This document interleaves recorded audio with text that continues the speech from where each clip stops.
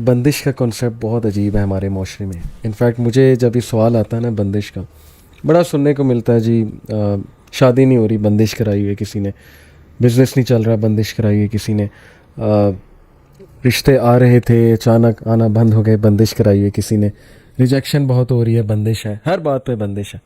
تو میں اکثر نے کہتا ہوں کہ بندش کا واحد کنسیپٹ جو مجھے پتہ ہے, آپ کریکٹ بھی کیجیے گا جتنا میرا علم ہے, بندش کا واحد کنسیپٹ جو مجھے پتہ ہے وہ یہ ہے کہ ہمارے گناہوں کی وجہ سے یا ہماری اپنی کوتاہیوں کی وجہ سے کوئی چیز اگر ہمیں نہیں پہنچتی, یا ہمارا رزق ڈیلے ہو جاتا ہے گناہوں کی وجہ سے, ہمارے عقیدے کی کمزوری کی وجہ سے, اللہ تعالیٰ پہ توکل نہ ہونے کی وجہ سے, تو یہ والے کنسیپٹ کو تو میں مانتا ہوں کہ چلو بندش اس سینس میں ہے کہ کوئی چیز رک گئی, پہنچنی تھی لیکن رک گئی تمہارے گناہوں کی وجہ سے یا تمہاری اپنی کسی مس کیلکولیشن کی وجہ سے.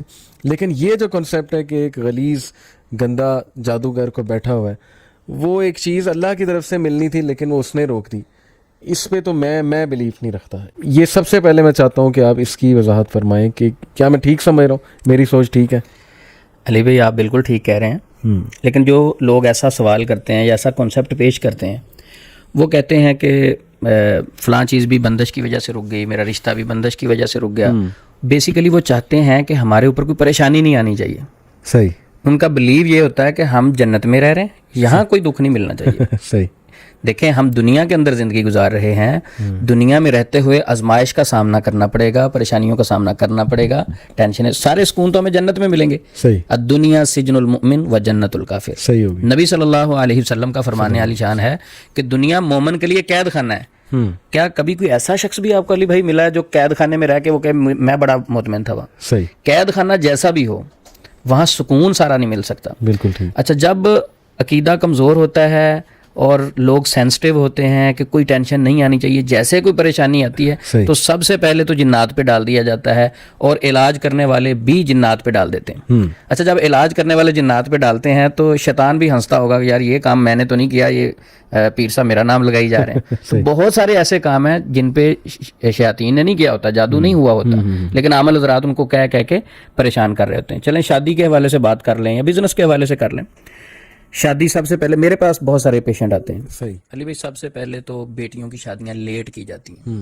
کیا ہے جی, بیٹی ڈاکٹر بن رہی ہے, اچھا ڈاکٹر بن گئی, اب اس کے بعد 3 سال اور پڑھانا ہے عثمان بھائی, 4 سال اور پڑھانا ہے.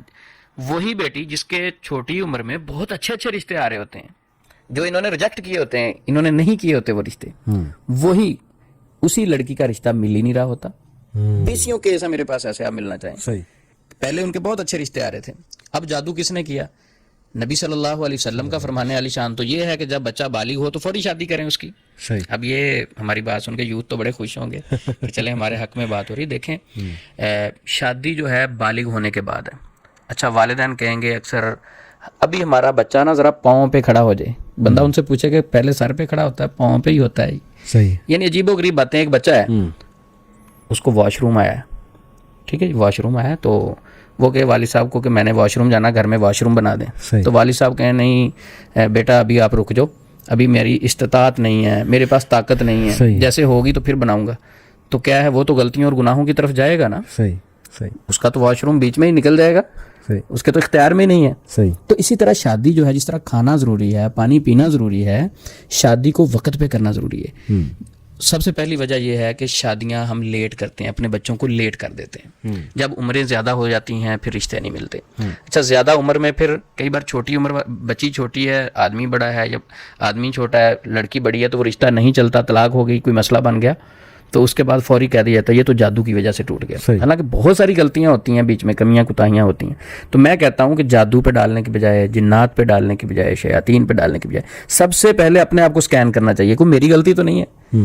اگر ہم اپنی غلطیاں دور کر لینا تو انشاءاللہ اللہ کی مدد ہمارے ساتھ شامل ہے, بہت سارے معاملات حل ہو جاتے ہیں. یعنی جسٹ ٹو ایڈ کہ میں اس کو اس طرح سمجھا ہوں کہ لائف چلتی ہے پراپر پلاننگ کے ساتھ, شریعت کو فالو کرتے ہوئے, نبی صلی اللہ علیہ وسلم کے احکامات سامنے رکھتے ہوئے, اور کیلکولیشن, اچھی calculation, wise decision in light of استخارہ کرے بندہ, اللہ پہ توکل کرے, اور مینجمنٹ اچھی کرے اپنی لائف کی. وہ چیزیں ہم نے کرنی نہیں ہے, اس طرف ہم نے آنا نہیں ہے, اور بعد میں ہم نے دکھ پا لینے کہ یہ بھی ہو گیا وہ بھی ہو گیا, میری لائف جو ہے اپ سائڈ ڈاؤن ہو گئی ہے.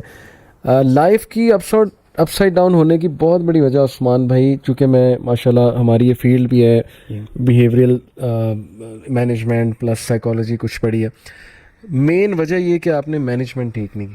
سب سے پہلے آپ اپنی طرف دیکھو کہ آپ کیا ٹھیک چل رہے ہو، ہر لحاظ سے ہر ڈپارٹمنٹ میں آپ ٹھیک جا رہے ہو. لیکن ایک سوال یہیں میرے ذہن میں پھر آتا ہے کہ میں نے آپ سے پوچھا بھی کہ کیا بندش اور جادو سیم چیز ہے؟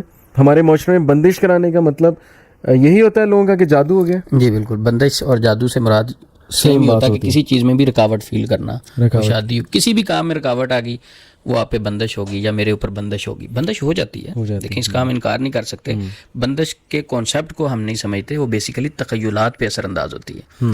وسوسے انسان کو آنے شروع ہو جاتے ہیں، مایوسی کی طرف چلا جاتا ہے.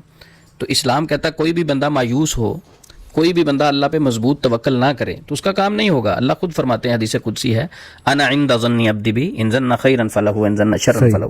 انسان جیسا سوچتا ہے ویسے ہو جاتا ہے. تو شیطان ہمیں مایوس کرنے کی کوشش کرتا ہے. نہیں، لیکن عثمان میں یہ کیسے یقین کیا جا سکتا ہے کہ ایک چیز آپ کو اللہ کی طرف سے پہنچنی تھی وہ رک گئی ہے؟ یہ تو عقیدے کی خرابی نہیں؟ دیکھیں، جو جادو ہے اس کانسیپٹ کو بھی سمجھنے کی ضرورت ہے. جادو کس کے حکم سے چلتا ہے؟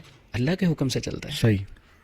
میں آپ کو تکلیف نہیں پہنچا سکتا، وہ تکلیف اگر پہنچے گی تو وہ اللہ کی طرف سے، یعنی اللہ کے حکم سے پہنچے گی. کیسے کہ اللہ مجھے بھی آزما رہے ہوں گے، آپ کو بھی آزما رہے اللہ باذن اللہ. یہ سورہ البقرہ آیت نمبر 102 میں یہ ہے، 102 میں ہے کہ اللہ باذن اللہ، اللہ کے حکم کے ساتھ چلتا ہے. اب کچھ لوگ اس سے یہ مطلب نہ نکال لیں کہ اچھا نعوذ باللہ جو جادو ہے اس میں اللہ رب العزت ساتھ دیتے ہیں.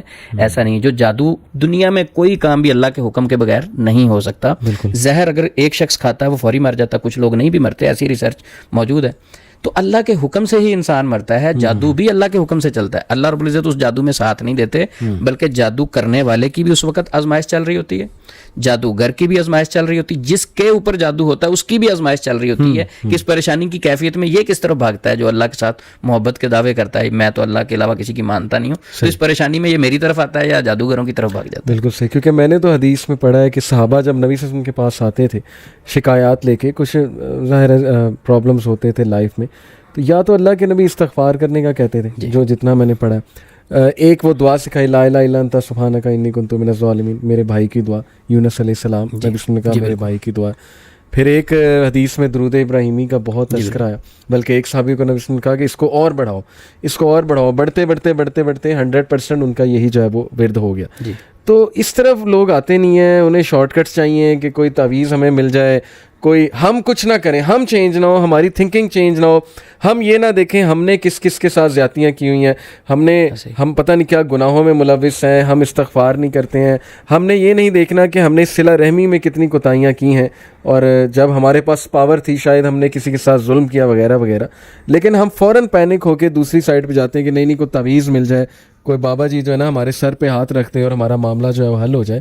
تو یہ کتنا افسوس کی بات ہے. اس پہ کیا آپ کہیں گے، ایڈوائس کیا دیں گے لوگوں کو؟ دیکھیں، ایک انسان کی فطرت ہے کہ اپنی غلطی ہمیشہ کسی دوسرے پہ ڈالے گا. میں تو ایک فرشتہ ہوں، ساری غلطیاں دوسرے شخص کی ہیں. مثلا میں اگر کسی پیپر میں فیل ہو گیا ہوں، نہیں میں تو بہت اچھا تھا، تیاری بھی بڑی اچھی تھی، ٹیچر ہی غلط ہے. تو ہوتا کیا ہے کہ غلطیاں انسان میں خود اپنے اندر ہوتی ہیں، اس کو نہیں دیکھتا، بلکہ اپنی ساری غلطیاں جو ہے وہ کسی نہ کسی پہ ڈھونڈ لیتے ہیں. اچھا اگر کوئی شخص نہیں ملتا تو پھر جادو تو ہے ہی. صحیح. اچھا جب وہ جادو پہ ڈالتے ہیں تو معاشرے میں معالجین بھی ایسے بیٹھے ہیں، وہ بھی ایزیلی جادو پہ ڈال کے ذرا ان کی تو دکانداری کا مسئلہ ہوتا ہے، چلیں سسٹم ایک چلتا رہتا ہے. تو اصل جو چیز ہے کہ ہمیں اپنی غلطیاں خود دیکھنا چاہیے. لیکن کچھ لوگ اس کا یہ مطلب نہ سمجھ لیں کہ شاید یہ جادو کے منکر ہیں، جادو کا انکار ہی کر رہے ہیں. جادو کو ہم مانتے ہیں، ظاہر ہے قرآن میں مینشن ہے، لیکن اتنا مانیں گے جتنا اسلام نے بتایا، اتنا نہیں مانیں گے جتنا سر پہ نہیں چڑھانا. ہاں، سر پہ نہیں چڑھانا. بالکل صحیح. بالکل.